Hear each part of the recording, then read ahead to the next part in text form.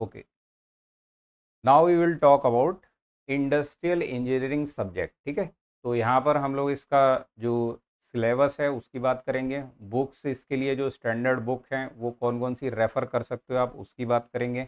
और weightage in exams, specially हम gate और ईएससी एग्ज़ाम की बात करेंगे, वो भी ऑब्जेक्टिव फिलहाल। ओके, कि कितने क्वेश्चन लास्ट प्रीवियस ईयर्स में पूछे गए हैं। ठीक है, तो उससे हमें सब्जेक्ट के वेटेज का अंदाज़ा लग जाता है। ओके, चलो, तो इसकी बात करने से पहले एक छोटा सा अनाउंसमेंट।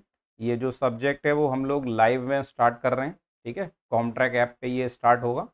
ओके, तो आप ऐप पे जाके इसको चेक कर सकते हैं। ठीक है, इसका फ़ी डिटेल वगैरह वहाँ पे चेक कर सकते हैं। फीचर्स क्या हैं बैच के, just like the other subjects. कुछ सब्जेक्ट आपको टोटली रिकॉर्डेड में प्रोवाइड किए गए। ठीक है, लेकिन ये जो सब्जेक्ट है ये कम्प्लीटली लाइव में स्टार्ट हो रहा है। ठीक है, so this will be completely live course. और हर लाइव क्लास के बाद उसका रिकॉर्डिंग क्लास आपको ऐप पे ही अवेलेबल रहेगा। ठीक है, बाकी फीचर्स सेम है कि जो हम लोग क्लास में लिखते हैं नीट एंड क्लीन, जो भी नोट्स बनाते हैं, डायग्राम बनाते हैं, कंसेप्ट डिस्कस करते हैं, वो सारा का सारा प्रिंटेबल डिजिटल नोट्स के फॉर्म में आपके पास रहेगा। ठीक है, प्रिंटेबल डिजिटल नोट्स के फॉर्म में आपके पास रहेगा। ओके, उसको आप डाउनलोड कर सकते हैं, प्रिंट कर सकते हैं। All our features are same, all our other features are same, one to one doubt clearing all this. और लैंग्वेज जो है वो हिंदी प्लस इंग्लिश मिक्स रहता है अपना, just like the other subjects. तो आप ऐप पर जाकर, या जो भी लिंक अपने वीडियो के नीचे आपको कमेंट में भी मिल जाएगा, डिस्क्रिप्शन बॉक्स में भी मिल जाएगा, वहाँ पे आप इसका लिंक मिल जाएगा, वो चेक कर लेंगे। फी जो है वो जो इंडिविजुअल सब्जेक्ट ज्वाइन कर रहे हैं स्टूडेंट, उनके लिए ये फ़ी है। और अभी आप अगर ज्वाइन करते हैं तो इस पे भी 50% ऑफ रहेगा, मतलब इसका भी 50% फ़ी आपको लगेगा। ठीक है, कूपन कोड रहेगा उसमें कुछ सेव 50 करके, वो आप उसमें चेक कर सकते हैं, आपको मिल जाएगा। अभी बात करें बैच की स्टार्टिंग डेट एंड डेली जो उसकी टाइमिंग रहेगी वो क्या है। ये हम लोग स्टार्ट कर रहे हैं 5 तारीख को। ठीक है, 5th को मंडे को स्टार्ट होगा। डेली टाइमिंग जो रहेगी 6 to 8 PM। अभी अपना लाइव सब्जेक्ट इंजीनियरिंग मैकेनिक्स चल रहा था, वो कंप्लीट हो चुका है, तो उसी की सेम टाइमिंग पर हम लोग इसको स्टार्ट करेंगे। और वीक में 5 डे क्लास रहेगी, Monday to Friday. Saturday Sunday आपके लिए ऑफ। ठीक है, उसमें आप अपना प्रैक्टिस क्वेश्चंस का अपना और कुछ भी जो चाहें दूसरा सब्जेक्ट साथ में कर सकते हैं। अभी जो ये फ़ी है, ये सिर्फ जो बच्चे इंडिविजुअल सब्जेक्ट्स ज्वाइन किए हुए हैं उनके लिए है, उनके लिए ये पेड है। बाकी जिन बच्चों ने पूरा बैच ज्वाइन कर रखा है, सुपर बैच, उनके लिए ये फ्री रहेगा। ठीक है, तो उनको डेली की लाइव क्लास जो है वो उसी बैच वाले जो आपने कोर्स ज्वाइन कर रखा है उसमें डेली आपको सेम टाइम पे मिलेगा। ओके, ठीक है, तो ये आपका डिटेल हो गया फ़ी और इसका शेड्यूल का। Next, this is my profile.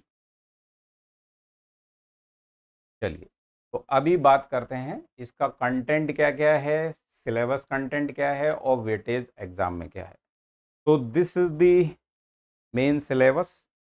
Okay, तो इसको इसी ऑर्डर में हम लोग पढ़ेंगे। ठीक है, 11-12 चैप्टर हैं इसमें। तो सबसे पहले हम लोग इंट्रोडक्शन के इंडस्ट्रियल इंजीनियरिंग है क्या, इंडस्ट्रियल इंजीनियर और प्रोडक्शन इंजीनियर में क्या क्या बेसिक डिफरेंस रहता है। ठीक है, और डिफरेंट टाइप्स ऑफ कॉस्ट जो इन्वॉल्व रहती हैं अपने प्रोडक्शन सिस्टम में। ठीक है, उसकी बात करेंगे।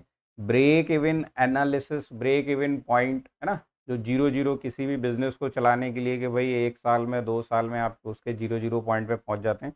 तो बहुत ही बेसिक से कंसेप्ट इसमें, टोटल कॉस्ट क्या रहती है, फिक्स कॉस्ट क्या रहती है, वेरिएबल कॉस्ट क्या रहती है, वो इस चैप्टर में रहता है। ठीक है, तो यहाँ से हम लोग स्टार्ट करेंगे।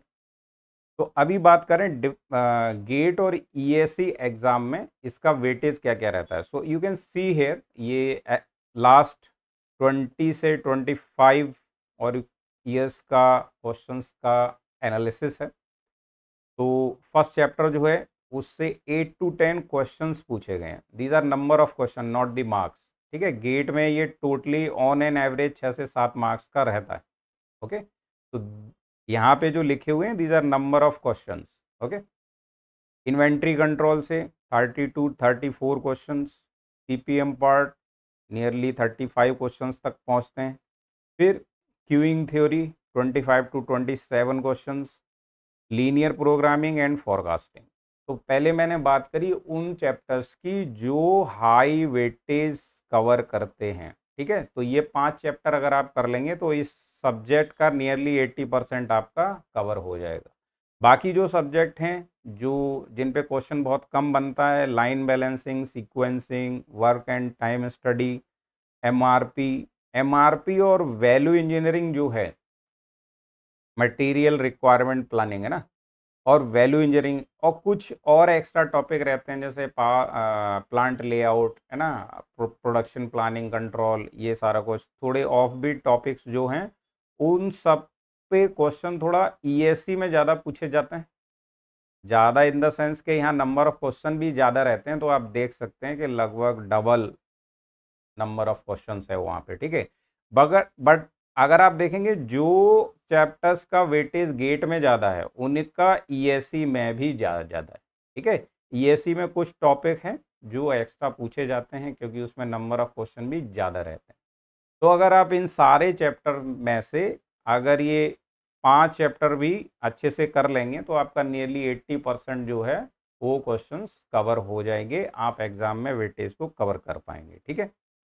बुक्स की बात करें तो बुक्स दो नाम से मिलती है आपको, इसमें जो पूरा सिलेबस है वो ऑपरेशन रिसर्च और इंडस्ट्रियल इंजीनियरिंग इनके नाम से मिलेगी, ठीक है। इसमें आप अगर बात करें सारे टॉपिक्स में से तो ऑपरेशन रिसर्च नियरली आपका 80%, 70 to 80% कवर करता है क्वेश्चंस को, ठीक है। और इंडस्ट्रियल इंजीनियरिंग नियरली 20 से 30% कवर करता है, ओके। तो ये स्टैंडर्ड बुक्स हैं जो स्टैंडर्ड राइटर जो अपने आप सिंपल आपने कॉलेज में भी यूज़ की होगी, इसमें हीरेन गुप्ता, ओपी खन्ना, ठीक है।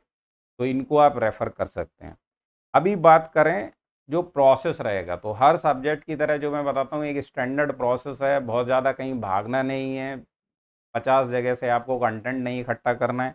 सिंपली सबसे पहले जो आपको क्लास नोट्स कराए जाते हैं, क्लास में जो स्टैंडर्ड प्रॉब्लम्स हम लोग डिस्कस करते हैं वैरायटी की, और कोशिश करते हैं कि एक ही क्वेश्चन में बहुत सारी चीज़ों को लिंक कर कर पाएँ जिससे कि एक क्वेश्चन को किस एंगल से वो पूछ सकता है तो हमें हर तरीके से उसको समझ के सॉल्व करना आना चाहिए, ठीक। तो class notes, class problem first of all करेंगे।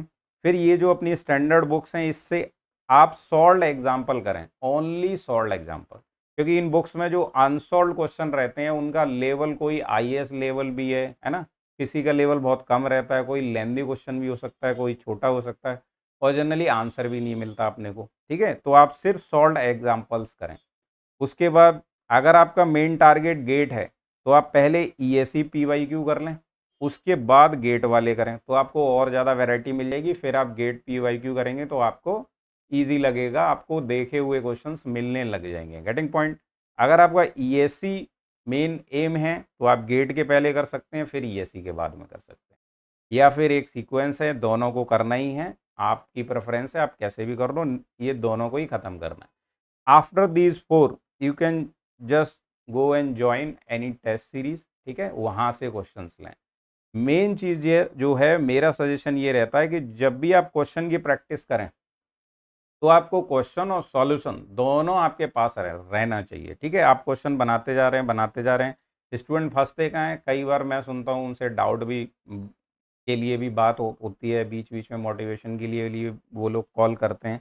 तो मेनली क्या रहता है कि सर हमने एक चैप्टर पढ़ लिया, उसके बाद हमने क्वेश्चन करने स्टार्ट किए, पहला बन गया, दूसरा बन गया, मान लो एक क्वेश्चन नहीं बना, फिर एक दो बने, फिर दो नहीं बने, इस पे आपको फ्रस्ट्रेशन होने लग जाता है। तो इस पे टाइम खराब नहीं होगा अगर आपके पास इसका सॉल्यूशन होगा। सबसे पहले क्वेश्चन को अटेम्प्ट करो, जो मेथड आपको क्लास में बताया गया है उसी मेथड से अटेम्प्ट करो। कुछ इंस्टीट्यूट्स की बुक्स हैं जो आप परचेज करेंगे, गेट ईएससी पीवाईक्यू बुक आप परचेज करके रखो। उनमें क्या होता है, कई बार क्वेश्चन को डायरेक्ट कोई भी मेथड लगा देते हैं, कोई भी अलग से फॉर्मूला उठा के लगा देते हैं, वहाँ आपको परेशान होने की नीड नहीं है। आप पहले अपना जो क्लास में डिस्कस किया गया मेथड उसको यूज़ करो, उससे अगर सॉल्व नहीं हो पा रहा है तो फिर आप अपना उसमें जो सॉल्यूशन दे रखा है उसको चेक करो। अगर आप उसको नहीं समझ पा रहे हैं, that will be your doubt, तो वो क्वेश्चन सॉल्यूशन दोनों आप मेरे को सेंड कर सकते हो। डाउट क्लियरिंग अपने यहाँ 1 to 1 है, मैं ही सारे डाउट सॉल्व करता हूँ, ठीक है। तो अपने ऐप पर जो चैट सेक्शन है उस पर डाउट आप डायरेक्टली मुझे सेंड करेंगे, okay. Then I can check what is the problem inside question और सॉल्यूशन और व्हाटएवर, ठीक। तो इन्हीं सोर्सेज से क्वेश्चन करना है जिसमें सॉल्यूशन, प्रॉपर सॉल्यूशन गिवन रहता है। आप कहीं टेस्ट सीरीज भी ज्वाइन करेंगे, वहाँ प्रॉपर सॉल्यूशन दिया जाता है, ठीक है। और टेस्ट आपको बता रखा है कि जब तक पूरा एक सब्जेक्ट कंप्लीट ना हो जाए तो चैप्टर वाइज टेस्ट के चक्कर में ना पड़े, बहुत ज़्यादा टेस्ट हो जाते हैं, आप सब्जेक्ट वाइज टेस्ट दें, ठीक है। तो this was the simple and straightforward strategy and this is the syllabus and weightage in exams, you can see, okay. चलिए, तो I hope those who will join the live course we will meet on Monday, वहाँ से start करेंगे, ठीक है। चलिए, okay then, C you.